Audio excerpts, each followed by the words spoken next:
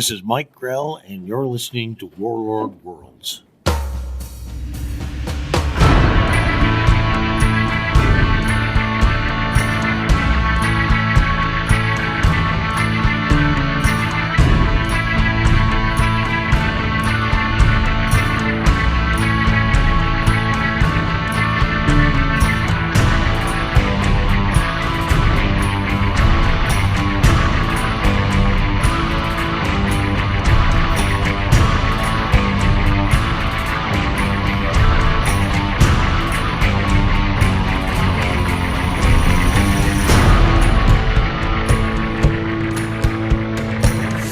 Welcome back, and thank you for listening to Warlord Worlds, a fan podcast devoted to the comic creations of writer and artist Mike Grell, including Warlord, Jon Sable, Starslayer, and Green Arrow. I'm Darren. And I'm Ruth, and this is a fan podcast. We're not affiliated with Mike Grell, and the opinions expressed are just ours. We do this podcast because we enjoy reading and talking about the comics of Mike Grell. We vary the number of issues covered in each episode based on how story arcs fall. Today we're going to be talking about The Warlord 22 and 23, Starslayer number 6, Jon Sable 15, and Green Arrow 15 and 16. And to celebrate the recent release of The Legend of Tarzan in theaters, we're going to cover Tarzan and the Gods of Opar by Mike Grell. If you enjoy the podcast, be sure to check out MikeGrell.com. That's his official site. He posts upcoming convention appearances there, along with occasional photos and news updates. If you ever have a chance to meet Mike Grell at a convention, we encourage you to do so. He's always friendly and very appreciative of his fans. He has a great selection of prints and does original drawings at reasonable prices. And speaking of conventions, we were able to pick up a few signed items when we attended Heroes Con, where Mike Grell was a guest. And later in the episode, we'll be announcing the winners of those items, so stick around for that. If you're unable to see Mike Grell at a convention but would like to get an original drawing, you can contact Scott Kress of Catskill Comics. He's the official representative of Mike Grell for commissions. Scott is always friendly and helpful. So check out the catskillcomics.com link in our show notes. We certainly enjoy sharing listener feedback, and all of the conversations with listeners on social media are fun. Feel free to write anytime and let us know your thoughts about the show and share your opinions about any of Mike Grell's titles. I'm interested in knowing what others think of Mike Grell's work and would love to know who you think are the best characters and which stories are your favorite. We'll give our email address and other ways to contact us at the end of the episode. And if you enjoy this show, please consider checking out our other podcasts. Trekker Talk is devoted to the adventures of 23rd century bounty hunter Mercy St. Clair from the pages of the excellent sci-fi comic Trekker by creator, writer, and artist Ron Randall. And Xenozoic Xenophiles covers the post-apocalyptic adventure series Xenozoic Tales, also known as Cadillacs and Dinosaurs by Mark Schultz. We'll include links to those other podcasts in our show notes as well. Tarzan and the Gods of Opar is a 24-page story written and illustrated by Mike Grell. It was published in Dark Horse Presents issues 8, 9, and 10 in 2015. The story takes place sometime after the events of the novel Tarzan and the Jewels of Opar, written by Edgar Rice Burroughs in 1916. Colors are by Jeremy Colwell, and letters are by Tom Orzechowski. Our friend Clinton Robson invited us to cover the story for his excellent Coffee and Comics blog. We'll share our thoughts about the issue here, but we'll also include a link to that blog post where you can check out some great Mike Grell art from the issue, and while you're there, you can check out some of Clinton's other excellent posts.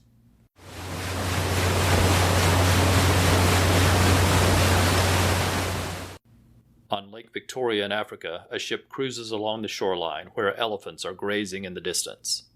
From the deck of the ship, Sir Richard, Miss Elizabeth Parker, and their safari guide Wilson are watching the elephants with binoculars as they discuss plans for the hunt. Sir Richard is keen to track down and shoot Bomani, the largest elephant known in the land. They plan to use a hydrogen balloon to spot the direction of the herd and then make their way by land to find the prize elephant. Overhearing their plans, a tall and distinguished-looking man wearing an expensive Savile Row suit comments that it is not a fair chase. He then guarantees them that there will not be an elephant within 50 miles of them by tomorrow. As the tall man walks away, Sir Richard and Wilson are told his name is Lord Greystoke. Miss Parker follows Lord Greystoke and attempts to apologize for Sir Richard's and Wilson's rudeness. She explains she is Sir Richard's biographer, documenting his hunting expeditions. She is quite unhappy in this role, but has no money for a ticket home.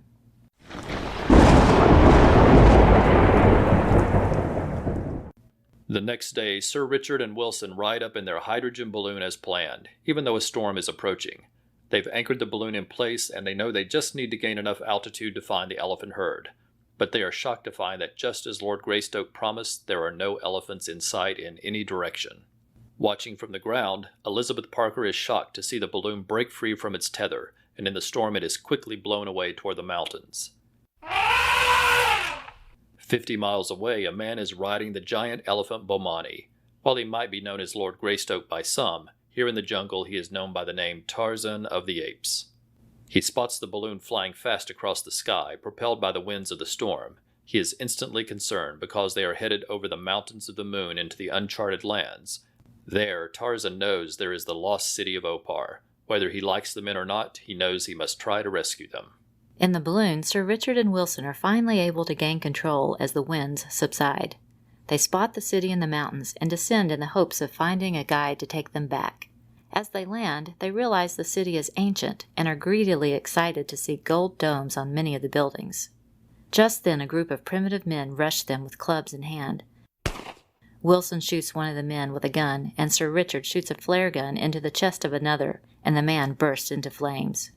The other men drop their clubs and bow down to the new gods of Opar. Swinging through the trees on vines, Tarzan finally sees the city of Opar in the distance.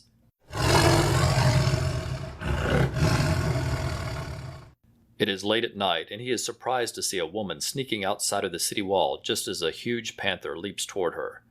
Tarzan swings down and jumps on the back of the panther with knife in hand and saves the woman. Her name is Una, and he asks her why she is outside the safety of the city walls at night, and she tells him about the new gods.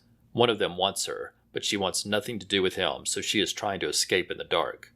With this new information, Tarzan makes his way into the city. He hides in the upper window of the great hall where he listens in on a conversation between Sir Richard and Wilson. They are freely speaking in front of Law, the priestess of Opar, since she doesn't know English. They are amazed at all of the gold and jewels in the city.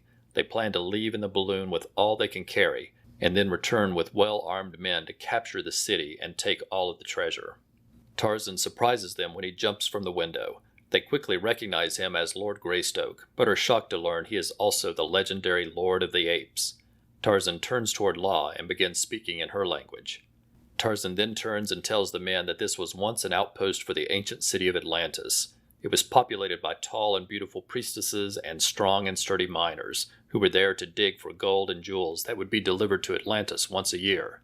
But that was all long ago before the city of Atlantis disappeared into the sea. Tarzan tells Sir Richard and Wilson that they should follow him quickly and leave behind all the treasure if they value their lives. But they have no plans to listen, and when Tarzan turns to leave, Sir Richard hits him on the head with a gold scepter. Days later, the district commissioner tells Elizabeth Parker the search for the lost men has been called off, and that she should book passage back to England. But she explains that she has no money and walks sadly away. Back in the lost city of Opar, Sir Richard and Wilson are preparing their balloon for departure, and they have loaded the basket with some gold. Tarzan's hands are bound by ropes, and he is being led to the altar near the balloon where the priestess Law plans to sacrifice him. Sir Richard is there making a speech to the crowd gathered around the balloon, even though they can't understand a word he is saying. He is even arrogantly telling them of his plans to return and take all of the treasure. As they pass by, Law asks Tarzan what is being said. As he translates, Una, the woman he saved outside the city wall, overhears him, and she secretly hands Tarzan a knife while Law is distracted. Tarzan calls out to Wilson to explain that due to the extra weight of the gold, they will need to drop a lot of extra ballast to get the balloon off the ground. Seeing that Sir Richard is already in the basket, Tarzan knows that he has already thought of that fact. Wilson turns to find Sir Richard has a rifle pointed at him, but Wilson is quick and grabs the rifle and uses the stock to knock Sir Richard out of the basket. His face is covered in blood when he hits the ground, and the gathered crowd now know they are no gods. Wilson pulls the release lever to drop the ballast, and the balloon begins to float into the sky. Tarzan uses the knife to cut free from his ropes. He knocks his guards out of the way and grabs the satchel from Sir Richard and leaps into a tree.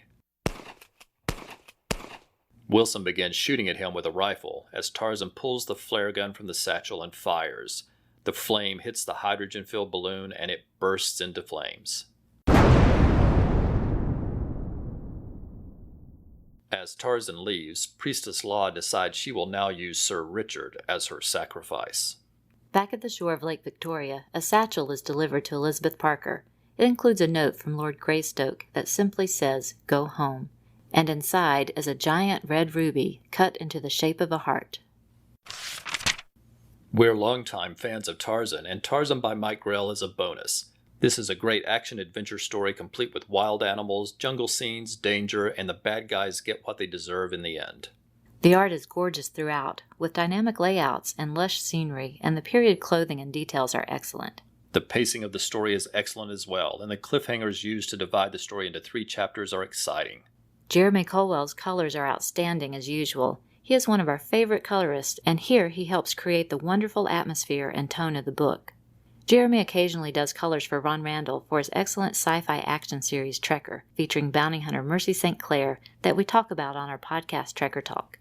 The scene of Tarzan riding the elephant with the herd in the background and the balloon being blown across the sky in the distance is terrific. I really love the perspective on that page. And the scene of Tarzan swinging through the jungle is also stunning. The figure is drawn in a way that easily conveys his strength and the fast movement. And there are several dramatic splash pages, including the page of Tarzan tackling the panther. That page has a great classic feel to it. Mike Grell uses a clever technique on the last page, where he uses the view of the heart-shaped ruby in Miss Parker's hand to overlay the bloody heart of Sir Richard being held by the priestess Law in the final panel. A truly excellent adventure that should satisfy any fan of Tarzan or action comics in general.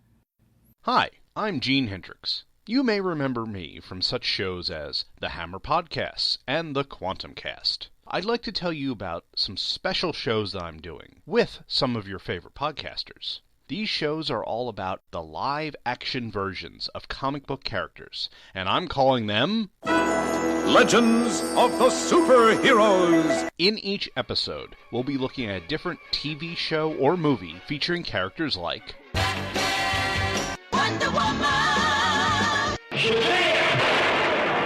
Dr. David Banner. And let's not forget about the non-superheroes, such as Swamp Thing. Captain William Buck Rogers. and many more. Look for the Legends of the Superheroes specials under the Hammer Podcasts at twotruefreaks.com. Starslayer, The Director's Cut, Issue 6, September 1995. Written and illustrated by Mike Grell. Letters by Steve Haney. Colors Rob Pryor. Editor Mike Gold. On Callisto, an ice-covered moon orbiting Jupiter, two figures speed across the surface on skis. It is Tamara and Torin with Sam resting on his shoulder. As they crest the top of a mountain of ice, they look down upon dilapidated buildings half covered in snow and ice. It's the Lost Colony, all that remains of the buildings from the Jupiter expedition that was destroyed by a meteorite shower. Tamara tells Torin that the only survivors were the children, who were deep underground in the nursery facility. With the aid of robots and computers, the children survived, but without adult supervision to guide them, they patterned their lives after the tales of seafaring Vikings and books they found. Tamara says it will be difficult, but somehow they have to convince them to turn over their amulet of power. Suddenly, the ice outcrop collapses beneath Torin's feet and he tumbles into the valley below. He later wakes to find he is a prisoner being forced to work in the underground caverns to dig out large stones to aid in building a giant temple to the Norse god Odin. That night, the Callisto Vikings revel in celebration in their giant dining hall as Torin rests in a dark corner.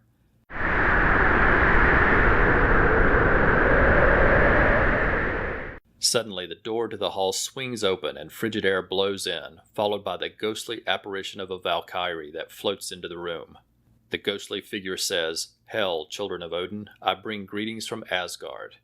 She tells them Odin is pleased with their labor and has seats for all of them in Valhalla.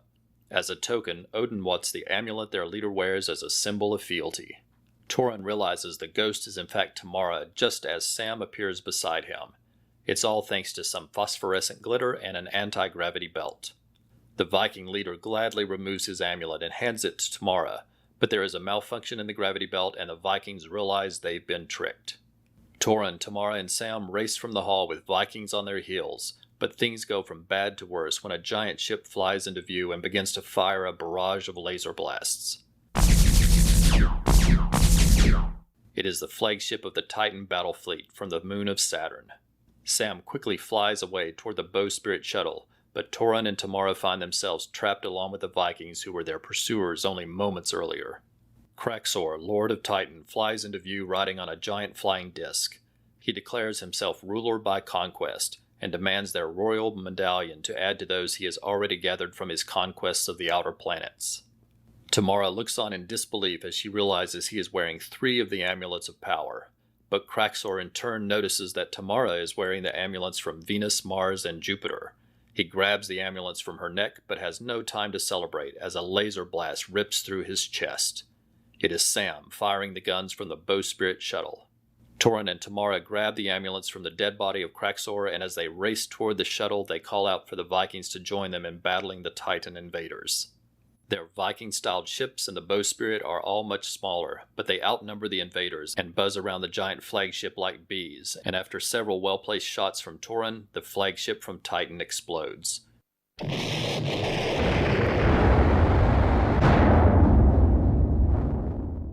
The Bowspirit heads back toward the Jolly Roger, and Tamara tells Torin it is time to go to Earth.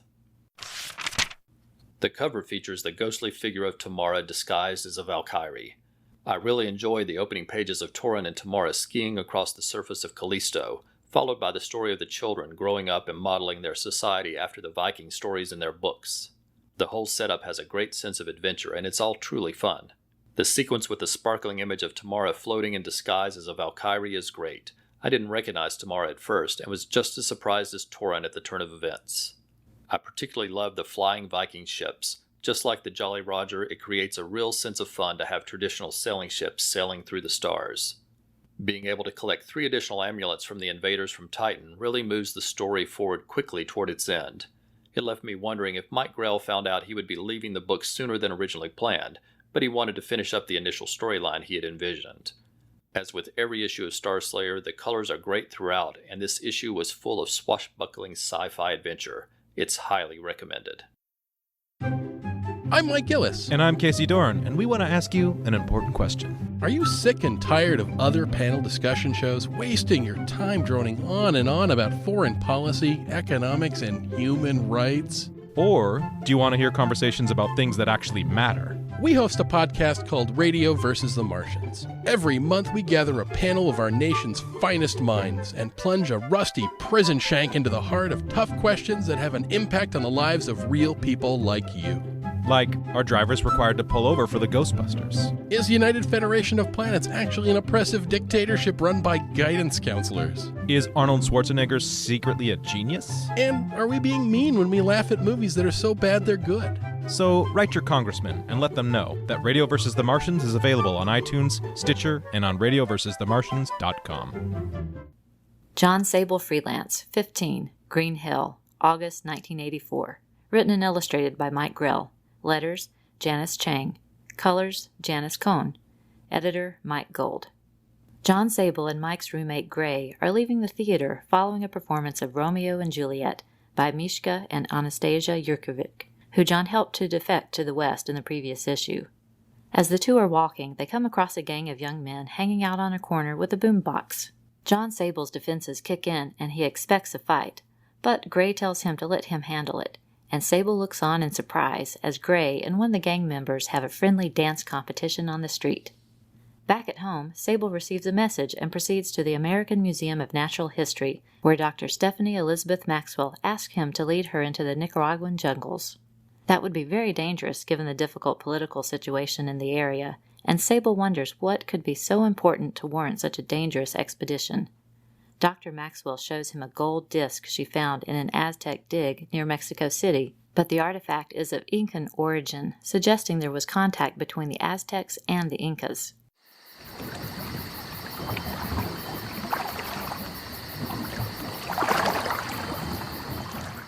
Days later, the two are deep in the Nicaraguan jungle, searching along the riverbank in a boat that Sable was able to acquire, and using a map that Dr. Maxwell created from her notes. Following a close encounter with a ground patrol, Sable and Dr. Maxwell move inland and climb a steep, rocky mountain. Just as the two crest the top of the cliff, a military helicopter comes into view and begins firing on them.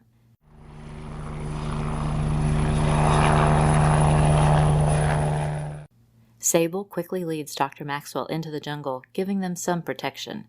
The foliage hides them from the helicopter, and the dense jungle prevents it from landing, but it won't buy them much time because the helicopter will certainly radio the ground patrol they saw earlier. Dr. Maxwell's map leads them to a stone pyramid deep in the jungle. The two climb to the top and then make their way down into the center of the pyramid. There they find a pedestal where the disc Dr. Maxwell discovered near Mexico City fits perfectly. They need sunlight, but a flashlight will suffice as it reflects off of the disc and points to a passage that the two follow. Dr. Maxwell is well studied and leads the two of them through a series of booby traps deep into a tomb where they are amazed to find a mummified Viking with a sword and shield. Dr. Maxwell pulls out a camera and begins to take a series of photos. Meanwhile, the ground patrol has found the temple as well and makes their way down into the dark passages. One by one, the men fall prey to the many booby traps until only one remains, who triggers a wall to collapse, releasing an underground river into the temple.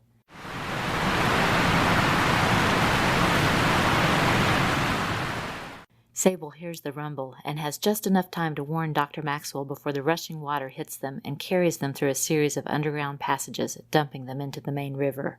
Dr. Maxwell is devastated at the destruction of all of the evidence, but is then relieved to see that Sable was able to hang on to the sword in all of the rushing water.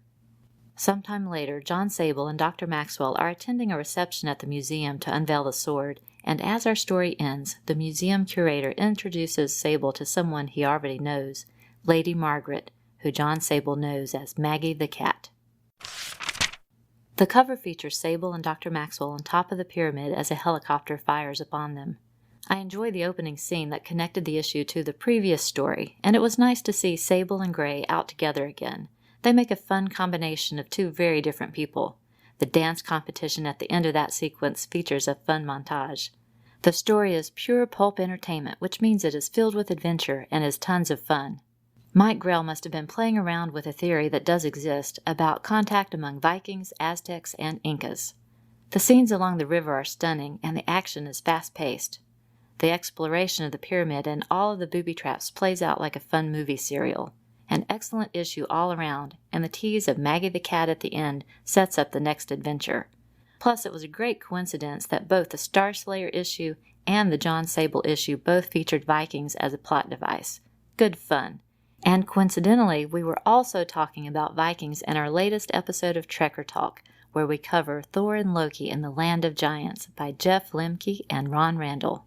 So which is the hottest Marvel character? Iron Man. Ant-Man. I can't decide between Professor X and Magneto, so both. Loki. Is Wolverine Marvel?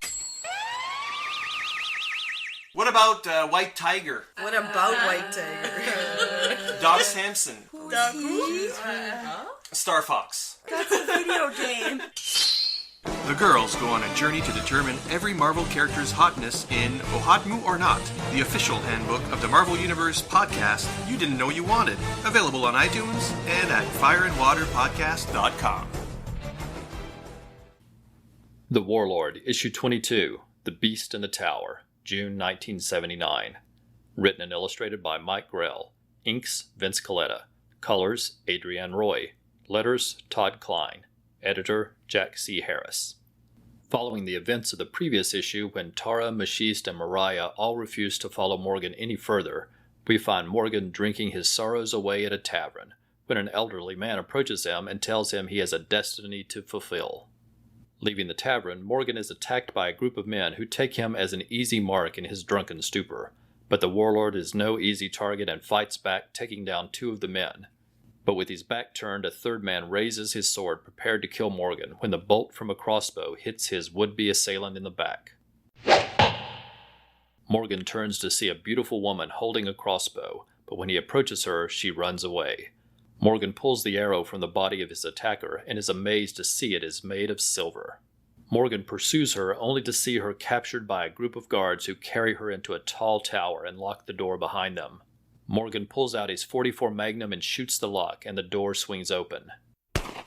Stepping inside, he is amazed to see the tower appears to be bigger on the inside than it is on the outside. But before he has time to consider further, he is attacked by a giant serpent. Morgan stabs his sword deep into the serpent, but it only seems to anger it as its jaws prepare to clamp down on Morgan. He desperately grabs a torch from the wall and thrusts it into the serpent's jaws, killing it. Morgan rushes to the top of the tower and through a door, only to find himself face to face with a werewolf. The creature is powerful and quickly overtakes Morgan. Pinned to the floor, Morgan braces himself when he remembers the silver arrow he pulled from the dead body on the street. He plunges the arrow through the werewolf, killing it, but as it drops to the ground, it transforms into the body of the beautiful woman who only moments earlier saved his life. Hearing a voice behind him, Morgan turns to see the elderly man from the tavern, who thanks Morgan for freeing his daughter from her curse. Flames suddenly begin to engulf the tower, and the old man tells Morgan his destiny is not yet fulfilled, and with a wave of the old man's hand, Morgan finds himself standing on the street staring up at the burning tower. The cover features an image of Morgan on the spiral staircase of the tower. He is off balance and the werewolf is leaping toward him. And I have to state the obvious, that since the tower was bigger on the inside than on the outside, it just might have been a TARDIS with its chameleon circuit engaged. I particularly liked pages 6 and 7, which is when Morgan first sees his rescuer and then he follows after her. There are dramatic close-ups of their eyes staring at each other, and several of the panels feature characters or objects leaning to the right, visually propelling the story forward. The entrance of our female archer is dramatic, and for a moment I wondered if she might be a new semi-regular character that I didn't remember, but Mike Grell surprised me completely. It is amazing that the characters of the elderly man and his daughter are introduced and killed in just a single issue, and yet we still care for them in only the matter of a few pages. Great writing indeed. The Warlord, Issue 23, The Children of Baal, July 1979. Written and illustrated by Mike Grell. Inks, Vince Coletta. Colors, Adrienne Roy. Letters, Ben Oda. Editor, Jack C. Harris. Morgan is continuing his lonely wandering around the world of Skataris. Stopping to bathe in a river, he hears voices and laughter in the distance and looks to see a group of young men and women frolicking in the water. They all have blonde hair and bronze skin and are wearing togas. Suddenly, a group of green-skinned, beast-like men attack the group in the river, and the warlord leaps to their defense.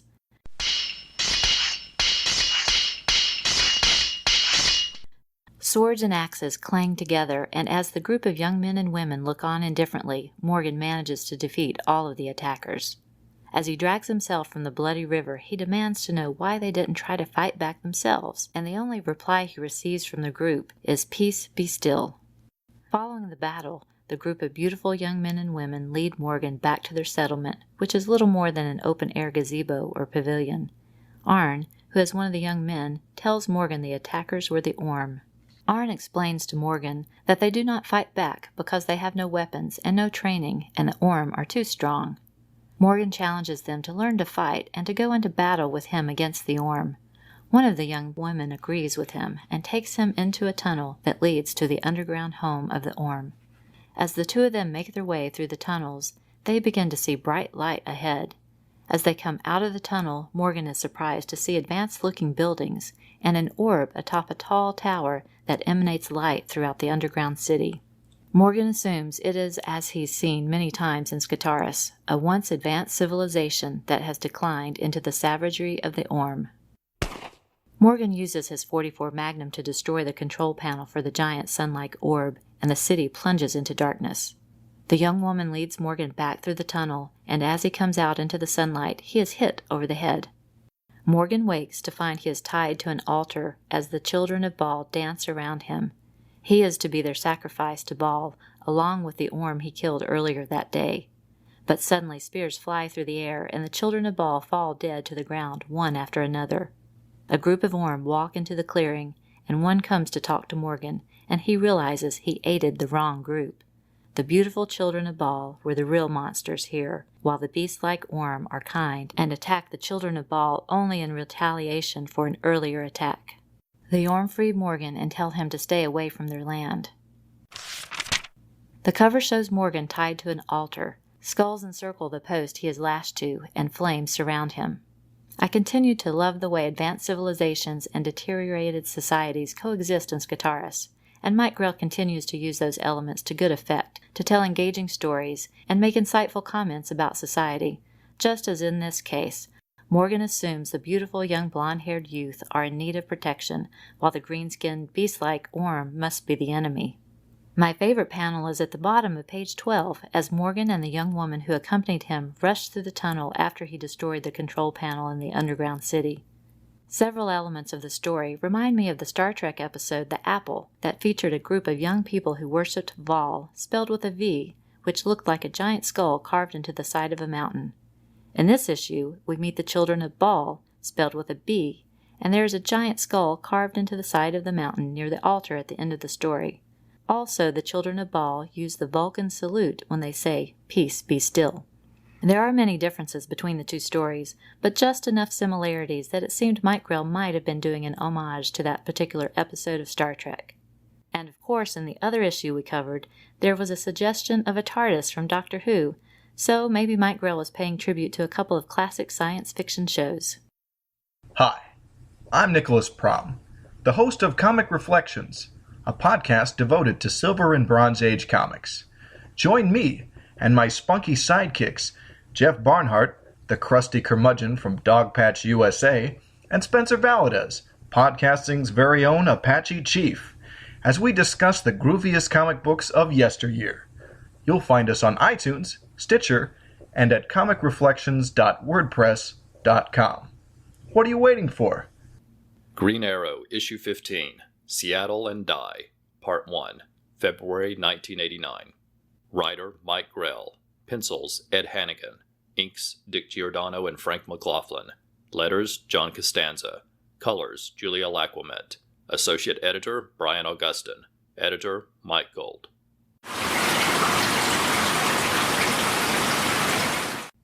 It's raining outside, but inside, Oliver and Dinah are enjoying a night at the Bop House, a trendy blues nightclub in Seattle. A man sits nearby at the bar, drinking glass after glass of whiskey. A car pulls up outside, and 3 men in long trench coats get out into the rain. As they walk toward the door, one of them pulls a rifle out from under his coat and hits the doorman in the head, knocking him to the ground. The 3 men enter the club, pull out their guns, and tell the guests to put their money on the tables. "There goes our evening out," says Oliver, as he picks up a glass ashtray from the table and throws it like a frisbee directly into the mouth of one of the men, breaking several of his teeth in the process. Dinah spins and knees the gunman nearest to her as Oliver leaps over the table preparing to kick the third man. Suddenly, a gunshot rings out, and one of the gunmen's head explodes in blood. Shots continue, and soon the other 2 gunmen also lay dead on the floor. The man who is sitting quietly alone at the bar stands with a smoking gun in his hand. Oliver and Dinah begin to protest, but the man just says, "Somebody was going to get killed here. Better them, don't you think?" as he takes another drink of whiskey. Oliver and Dinah turn when they hear police sirens, and when they turn back, the man is gone. An empty glass sits on the bar with a matchbook beside it. Lieutenant Cameron is very unhappy, and Oliver and Dinah find themselves being questioned for hours. He gets even more upset the next day when he sees the drawing of the gunman based on Oliver's description. It looks exactly like Richard Nixon. As they leave, Dinah wants to know why Oliver gave them a wrong description, and he says, "There are 2 sides to every story, and I'd like to hear this from him." Oliver pulls out a matchbook from the Triangle Hotel that he picked up from the bar before the police arrived the night before. Later, Oliver knocks on the door of room 3C at the Triangle Hotel and announces he has a delivery. The man from the nightclub quickly exits through the window onto the fire escape. But Oliver isn't fooled and is waiting for him on the roof and offers him a bottle of whiskey in exchange for a conversation. Back in room 3C, the 2 toast and Oliver is introduced to Archie Leach. It isn't his real name, but it's the one he's currently using. Oliver notices a photo on the nightstand of Archie with a beautiful blonde woman. The 2 circle the topic before finally beginning to debate whether killing is necessary, but when Oliver mentions the woman in the photo, Archie throws him out. Oliver drives away in the Sherwood Florist van as 2 other men enter the Triangle Hotel. Moments later, in his rearview mirror, Oliver sees an explosion coming from the Triangle Hotel. The cover is by Ed Hannigan and Dick Giordano, and features an image of Archie in the foreground, with his gun pointed directly at the reader. Oliver is in the background with his bow, while vultures circle all around. In addition to the cover, there are dream sequences within the story. When Archie sleeps, he dreams of vultures circling overhead. Archie uses the names of characters from old movies as his many aliases, but Oliver must be a movie buff because he finds him right away. This issue is filled with great nighttime scenes. Most pages are drenched in purple, dark blue, dark red, or orange. Along with the rain, it all creates a dark and somber mood for this story. The golden page with a bright sun and vultures circling overhead is creepy and effective. A favorite sequence is when Archie climbs up the fire escape, but we see the Green Arrow in shadow on the rooftop already waiting for him. And now, it's time to find out what happens next.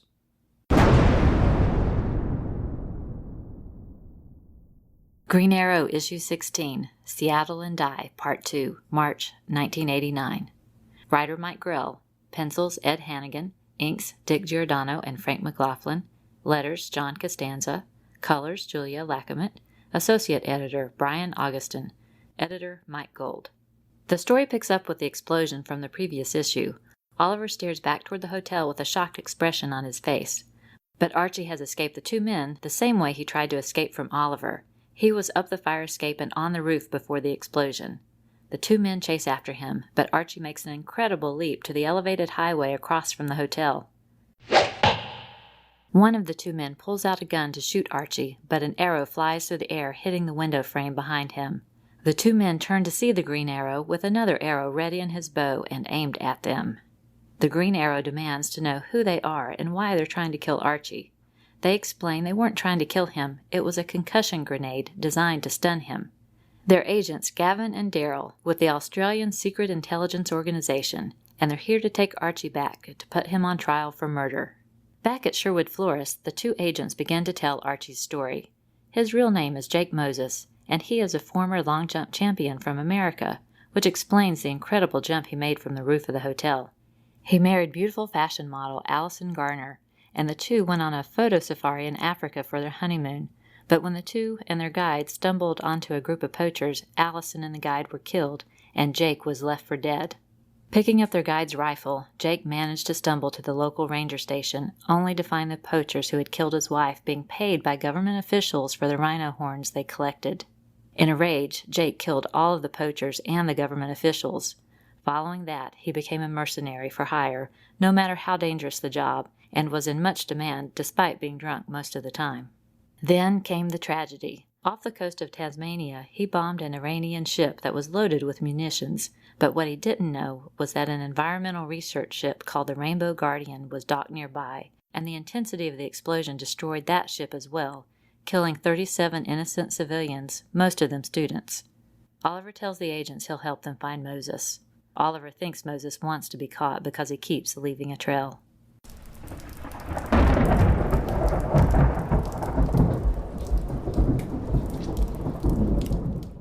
It's another rainy night, but Oliver has found him again. Moses runs up the fire escape to the rooftop, but the Green Arrow and the two agents are waiting for him. Oliver tries to talk him into surrendering, but Oliver's anger boils to the surface, and he tells Moses his wife wouldn't like what he's done with his life since her death. He's become as bad as the men who killed her. Moses turns to look at the gaping distance to the next building. Oliver tells him he'll never make the jump, but Moses ignores him and runs forward and leaps into the darkness and the rain.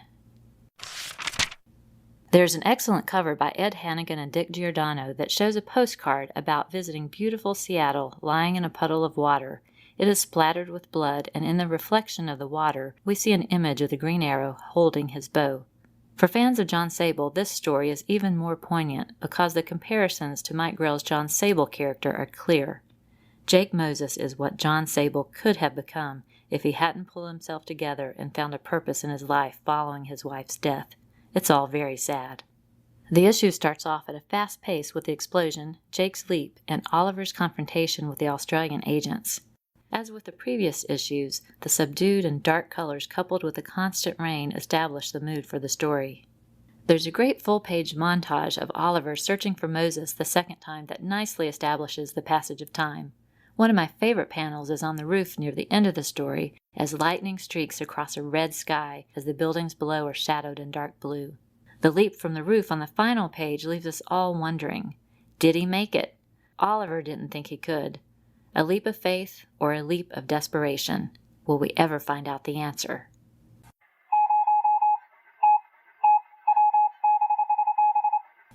Next up is listener feedback, when we share the emails and other messages we've received since last time. We appreciate every comment we receive. They add so much to the show. So a big thank you to everyone who took the time to write in or to get in touch through social media. We recently had the opportunity to join podcast great Michael Bailey to record a segment for an upcoming episode of his excellent show, Views from the Long Box. He has an ambitious plan to cover all of the issues of the DC crossover event Legends this fall, and 2 of the issues of the Warlord are part of that 22-issue crossover series, and we were honored to be invited to be on his show to discuss those issues. We're looking forward to hearing all of the other segments when these episodes are released later this fall. Thanks for having us on your show, Michael. And a big thank you to Ange for sending us all 4 issues of the Green Arrow miniseries from 1983, all signed by artist Trevor Von Eaton. Wow, Ange, that was a wonderful gift. The previous episode featured our coverage of Heroes Con and our interview with Mike Grell, so we didn't get a chance to cover feedback in that episode. So we have feedback to cover from both episodes 7 and 8 this time, so let's get started. Zeb Oswalt wrote in about episode 7 saying, "Cool podcast as always. The Warlord comic was great, as well as Green Arrow. I haven't read Starslayer, but it sounds cool. Sable was great as well."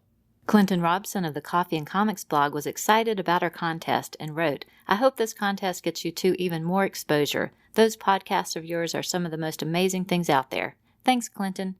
Lee Garvin wrote in to say, "Warlord was one of my all-time favorite comic series growing up." And then he went on to share that he wasn't a fan of the attempted reboot in 2006.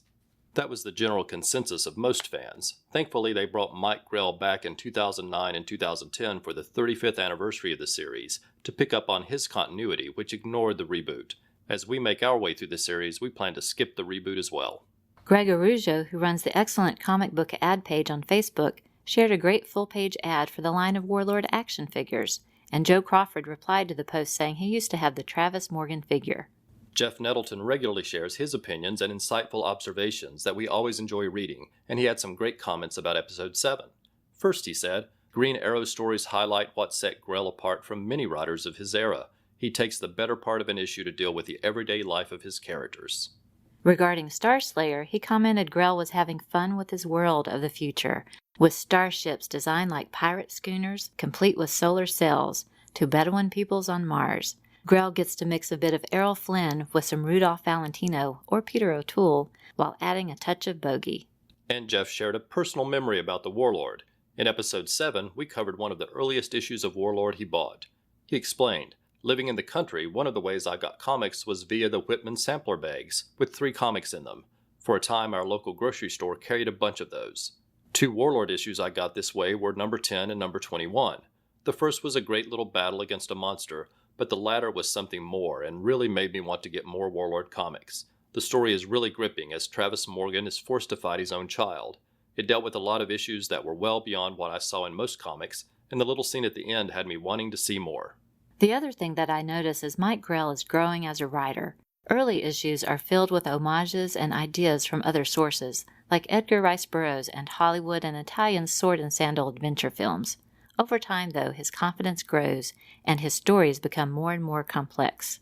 By the time he has moved on to Starslayer, Jon Sable, and back to Green Arrow, you see how far he has come as a writer. Jeff then commented on Jon Sable, saying, "It was a nice upbeat follow-up to MIA, and lets Grell dabble in the worlds of James Bond and Harry Palmer." What's truly amazing in this classic story of espionage and thrills as Sable works to free a dissident is that he took time out to capture a ballet. This series was drenched in hard-boiled atmosphere, yet art and beauty were well represented. Grell refuses to let his world be complete darkness and corruption. Now on to feedback from Episode 8 that featured our Heroes Con coverage. Joe Crawford of the blog for the Non-Discerning Reader wrote, "Great episode. Really enjoyed all of the interviews. Comic origin stories are the best. By the way, I really love Rob Kelly's book, Hey Kids, Comics." Thank you, Joe, for your initial questions that kicked off our quest to do that interview episode. And yes, we love Rob's book too. It's filled with true life stories from individuals about the impact of comics on their lives. And it is available from Amazon, and there's a wonderful audiobook version as well. Mark Sweeney of the blog and podcast I'm the Gun let us know how happy he was for us to get the opportunity to interview Mike Grell. BC Fan 101 complimented the last episode and let us know that Dinah is a favorite, especially when drawn by Mike Grell. I agree completely. Jeff Messer gave us a kind shout-out on the Geek Brain Popcast about our meetup at Heroes Con. The origin of our friendship is actually linked to Mike Grell. That's how we got connected. We first saw Jeff moderate a panel with Mike Grell and Steve Rude at the Asheville Comic Expo. He's a great interviewer, and if you haven't already, be sure to check out his past interviews with Mike Grell. We're sure you'll enjoy them. Speaking of interviews, we were also happy to see that DC in the 80s posted the second half of their great interview with Mike Grell. The questions were really good. You'll get to enjoy more of Mike's stories and learn more about his work over the years. Be sure to look for a link to that in our show notes. Professor Allen of the Relatively Geeky Podcast Network commented on the last episode, saying, "The Mike Grell inclusion was very fun.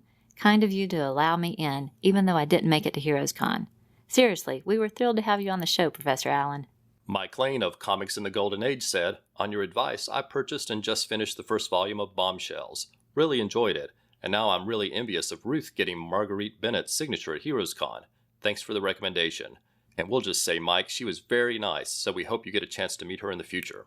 Mike Grell let us know that he saw the Tarzan movie and liked it a lot, and he thought it was a pretty good sequel to Greystoke. We loved it too and highly recommend seeing it at the theater if you can. By the way, Mike Grell has a motto I thought I would share. It is, "Life is drawing without an eraser." That's a cool saying and very true. Thanks to Tony Greenall for all of the shout-outs and kind words he puts out on Twitter for us. He did a promo for us recently saying, "Comic book fans should be all over this," and included a Mike Grell sketch of the Warlord wearing his feathered helmet and a link to our show. Thanks, Tony. You may have noticed that Tony enjoys hearing our shows at night. This time he said, "I'm listening to the Warlord Worlds Mike Grell episode before bed. I will be waking up at night to the sound of arrows." Of course, I think he may be used to hearing arrows since he lives near Sherwood Forest, and he has another claim to fame because Diana Rigg from the Avengers is from his town. And Tony let us know that he heard Mike Grell the other week on the Word Balloon podcast. That podcast features many great interviews, and we'll include a link to the Mike Grell episode in our show notes. Karen Williams of Between the Pages says, "Great episode. Love the interviews with friends of the podcast and the interview with Mike Grell. I really like the story about Warlord, Atlas Comics, and Carmine Infantino." Thanks, Karen. Glad you enjoyed it. Martin Gray of the blog Too Dangerous for a Girl wrote in while listening to the episode saying, "Fantastic episode, and I've not even reached the Grell chat yet."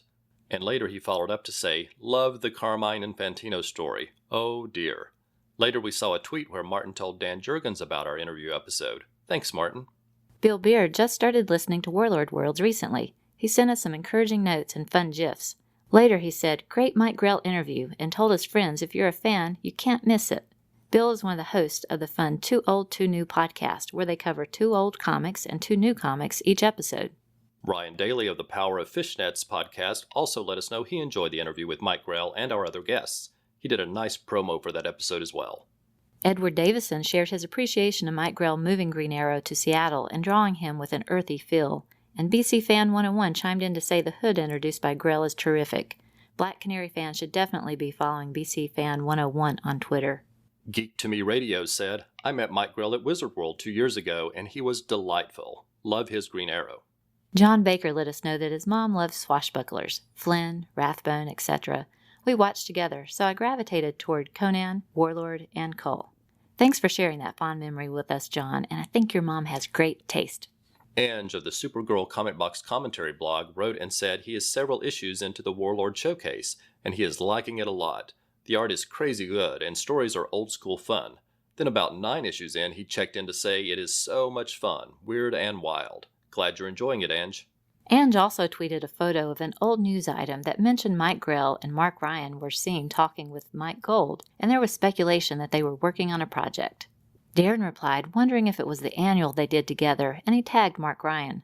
Mark was kind enough to reply, saying it was actually The Pilgrim with Comic Mix, but they only got 3 books in before the recession halted the series.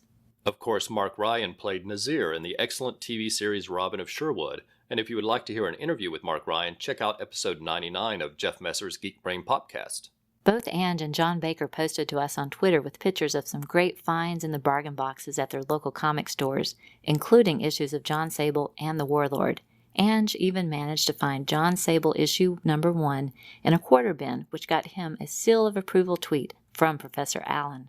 Jeff Nettleton sent us a terrific letter about our Heroes Con interview episode, and we want to share some highlights. He wrote, "I did Heroes Con in 1992 and greatly enjoyed it.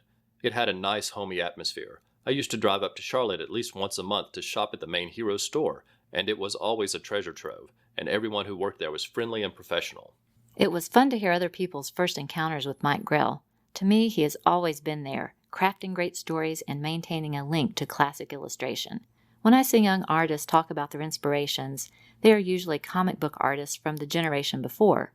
The ones I grew up with had their comic book heroes, but more of them had inspirations from the heyday of the adventure comic strips, as well as the great book illustrators and fine artists. When I'd read interviews with Grell, he'd talk about Foster and Caniff, as well as Maxfield Parrish, Howard Pyle, and N.C. Wythe. I have always loved those great illustrators. As a kid visiting the bookmobile every week, I was introduced to a lot of great illustrators. He went on to say, my all-time favorite picture book is The King with Six Friends by Jay Williams. It set me up perfectly for comic books. Those picture book illustrators led me to the adventure book illustrators and then to the comic strips and comic books. As a result, I have a real affinity for the more illustrative comic artists, like Mike Grell, Gray Morrow, Alan Weiss, Tom Yates, Steve Rude, Mark Schultz, Alex Toth, Dan Spiegel, and Mike Kaluta. I was glad to hear that Mike's Tarzan comic strip work is being reprinted, and we are too, Jeff. I'm also glad to hear we have more Jon Sable to look forward to in the future, and the possibility of seeing Jon and Maggie the Cat in cinematic form. Maggie the Cat is a character I love and would want to see her done right, as is true of the rest of the Sables cast. In regards to the question you asked about what you'd most like to see for Mike Grell, I would say more Maggie the Cat solo stories. He did 2 issues at Image, and it sounded like more had been intended. Maggie was always a great character, and I love caper films and stories and wanted more of that. The interview was fun, and my only wish is that Mike would have talked a bit more about his work to assistant Dale Messick, creator of Brenda Starr. Well, Jeff, be sure to look out for the interview Mike did with Back Issue Magazine while at Heroes Con. He talked about that very subject during the interview, and hopefully his comments will be included in the issue. Alan Wright, the webmaster of Robin Hood, Bold Outlaw of Barnsdale and Sherwood, shared a photo of a Robin Hood bookshelf that he has at home. He made a nice puzzle of it by taking a before and after picture so people could spot all of the differences. There were lots of fun comments from several fans. Alan heard how much I love Robin McKinley's Outlaws of Sherwood and shared a link to an interview he did with her. I'll put that in the show notes. The interview is excellent. He asked great questions and she gave very thorough responses. It was a treat to read. And that segues perfectly into our iTunes review section because Alan left us a review on the Canadian iTunes site using the appropriate name, Bold Robin. He said, "Great podcast covering the career of a premier comics writer and artist. It's fun to revisit Grell's Green Arrow run. Darren and Ruth are delightful hosts, introducing me to Mike Grell's other comics." And hopping across the pond for another great iTunes review, Martin Gray of the blog Too Dangerous titled his review, Holy Grail. And we love that witty title, Martin. Warlord, Green Arrow, Starslayer, Jon Sable Freelance, and more. Writer-artist Mike Grell has earned his reputation as one of the best all-round storytellers in comics, and the charming Ruth and Darren do him justice in this always engaging podcast. Whether you're a longtime fan or interested in investigating his oeuvre, this is the podcast for you, with views, reviews, and interviews. It's a good day to be a listener. And back in the U.S., Brian Mulvey wrote, "If you're a die-hard Mike Grell fan, this is your podcast. The husband and wife team of Darren and Ruth do a synopsis of issues of Warlord, Jon Sable, Starslayer, and Green Arrow. They propel the listener at breakneck speed through issues of these fan favorites, but have the ability to describe action, panels, and pages succinctly to the listener. From their excellent interaction with each other to involving listeners with feedback and contests, they fire on all cylinders with each podcast. Give Warlord Worlds a listen. You won't regret it. Their latest episode contains a fabulous interview with Iron Mike himself. They produce 2 other great podcasts devoted to Mark Schultz's Xenozoic Xenophiles and Ron Randall's Trekker, aptly titled Trekker Talk." Jay, a.k.a. FKA Jason from the Silver and Gold podcast, wrote, "Fabulous, fantastic show. Darren and Ruth have a passion for their creations of Mike Grell, and it shows. Whether they are discussing an old issue of Green Arrow, Warlord, or Jon Sable, their love of Grell's world shows in every episode. Before listening to this show, I'd never read a page of Jon Sable or Green Arrow, but after just one episode, I hit the dollar bin at my local comic book shop and was not disappointed. Thanks, Warlord Worlds." A big thank you to Alan, Martin, Brian, Jay, and everyone who has left iTunes reviews in the past.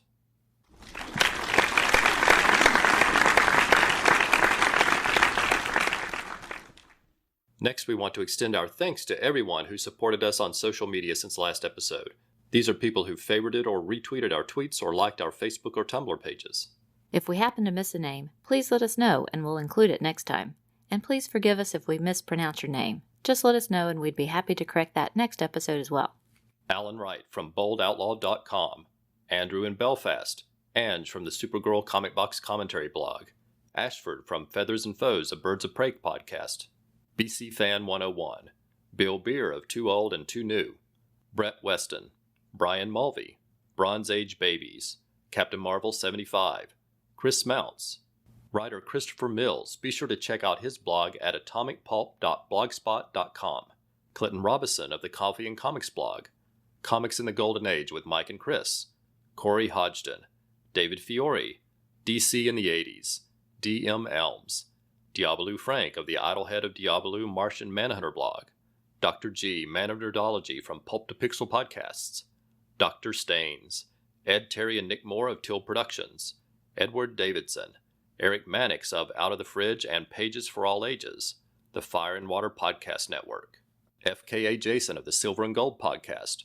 Gary Woolard, Geek to Me Radio, Gene Hendricks from the Hammer Strikes and Anime Freaks, Greg Arujo of the Comic Book Ad Facebook page, Gus Ceballos of the Mike Grell Facebook page, Hank Sarton, J. David Weeder of Dave's Daredevil podcast, Jeff Messer of Geek Brain Popcast, Jeff Nettleton, Joe Crawford of the blog for the non-discerning reader, John Baker, Karen Williams of Between the Pages, Keith Hedrick, Kyle Benning of King Size Comics Giant Size Fun, Kyle Schultz, Lee Garvin, Mark Sweeney from the blog and podcast I'm the Gun, Martin Gray of the Too Dangerous blog, author Micah Harris, Mike Barrett, Nicholas Prom of Comic Reflections, Paul Carroll, Paul Hicks of the Waiting for Doom podcast, Professor Allen of the Relatively Geeky Podcast Network, Rob Kelly from the Film and Water podcast, Rob Lance, Robert Wolfman Bratcher, Rolled Spine podcast, Ruth Reese, Ryan Daly of the Power of Fishnet's Secret Origins and many other podcasts, Seth Howard of the Too Old Too New podcast, Shag Matthews of the Fire and Water Podcast Network, the Shazam Cast, Shepard, Stella of Batgirl to Oracle, Sterling Collins, Steve Rogers, Tim Wallace of Cord Industries Blue Beetle blog, Tony Greenall, and Zeb Oswalt. It's time to announce the winners of our contest. Those of you who listened to the last episode know that we were able to see Mike Grell at Heroes Con, and he even took time out of his busy schedule to do an interview with us. And as we hoped, we picked up a few signed items from him, and we're going to have a drawing to give away prizes to those of you who have submitted iTunes reviews. At this time, we have iTunes reviews from Ryan Daly, Woody C., Ed Moore, West Coast Gus, Jeff Messer, Clinton Robson, Joe Crawford, Rob Kelly, The Irredeemable Shag, Paul Hicks, Bold Robin, a.k.a. Alan Wright, Brian Mulvey, Martin Gray, and Jay, a.k.a. FKA Jason. We have a couple of Warlord trades, a couple of Jon Sable trades, and a couple of Green Arrow trades. All in all, we have 7 signed items. So, that means there's a 50-50 chance. Good luck to everyone.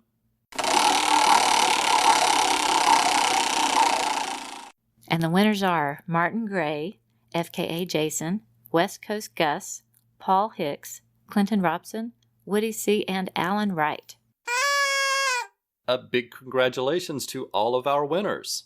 For those of you who won, please reach out to us at warlordworlds@gmail.com with your mailing addresses, and we'll get those items to you in the post. We sincerely thank all of you for taking the time to submit those iTunes reviews, because they help bring more attention to the podcast. And we encourage anyone listening to please consider leaving an iTunes review. I'm sure we'll get another chance to see Mike Grell in the future, and if we do, we'll try to pick up a couple of extra items and have another contest.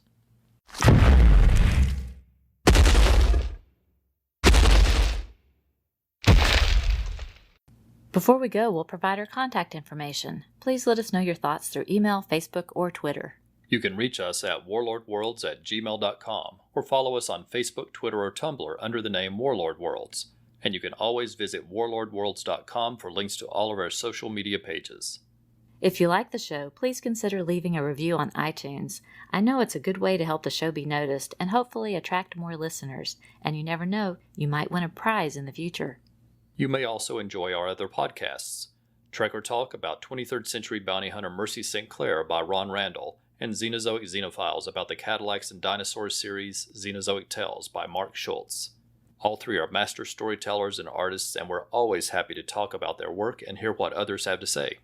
Thanks for listening, and we hope you will come back next time for another new episode of Warlord Worlds.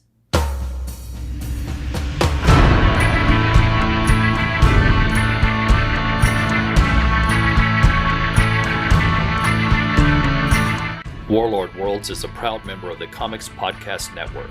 For more information, visit comicspodcast.com. We are not affiliated with DC Comics or Mike Grell. The views expressed on the show are solely ours. Music is taken from the album royalty-free instrumental music for movies and websites. We make no money from this podcast, and no copyright infringement is intended.